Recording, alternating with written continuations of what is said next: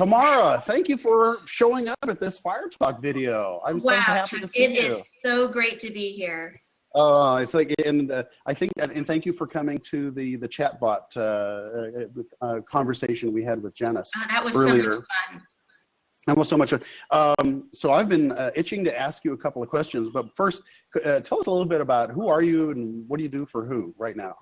Yeah, so I recently was the Chief Innovation Officer at Xerox Healthcare and just wrapped that up at the beginning of the year. And now I'm have my shingle out and been doing some consulting, most recently with a MedTech accelerator called MedTech Innovator, working with them on their digital health program. Very good, very good. I've been seeing your tweets about blockchain go by.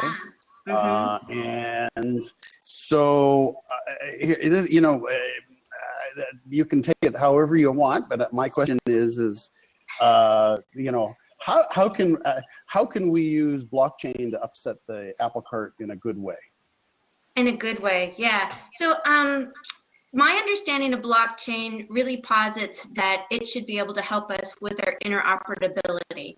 And it also will, something I know that a lot of SMAs are very passionate about, allow a patient to be in control and have access and be kind of the gatekeepers of the healthcare, of their healthcare information.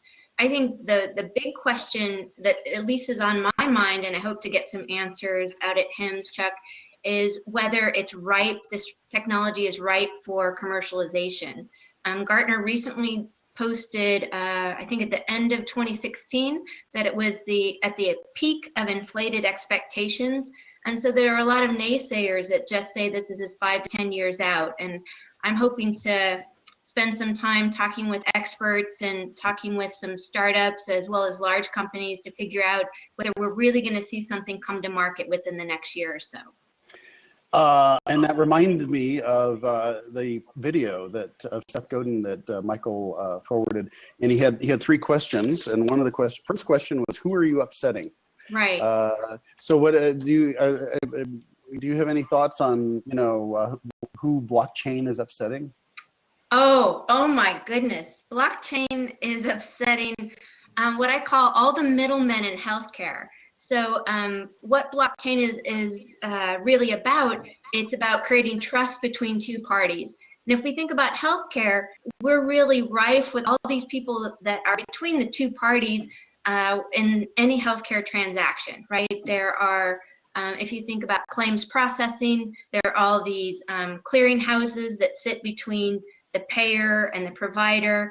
And what blockchain can do is pull out all these middlemen. So there are a lot of disruptions, particularly in kind of the payer and the EHR ecosystem. So I think that if it really does come to fruition, some of these really big middlemen are going to have to rethink their business models. Interesting. So the word disintermediation comes to mind. Very much so. And Chuck, there may be some changes in workflow. Don't get me started. Uh-oh, she mentioned workflow. I know. Okay, all right. Don't. Okay. I want to talk about workflow, but I won't. So I'm so sorry that we have already come to the end of this 1 minute interview. I bet we have. Can I give them my Twitter handle? Yeah, that's my. Then my next question is, where can people find you on Twitter? And please spell your Twitter handle. And then where can people find? Where is the highest probability distribution at HIMSS? Where will you be hanging around, and where they have the maximum probability of bumping into? No, that's tough, huh? So my Twitter handle is at Dr. St. Clair, DrStClaire. And if there's any good after parties, you're likely to see me there. I'll see you there. Okay, I'm kicking you off, and we're going to the next wonderful social media ambassador. Thank you, Tamara.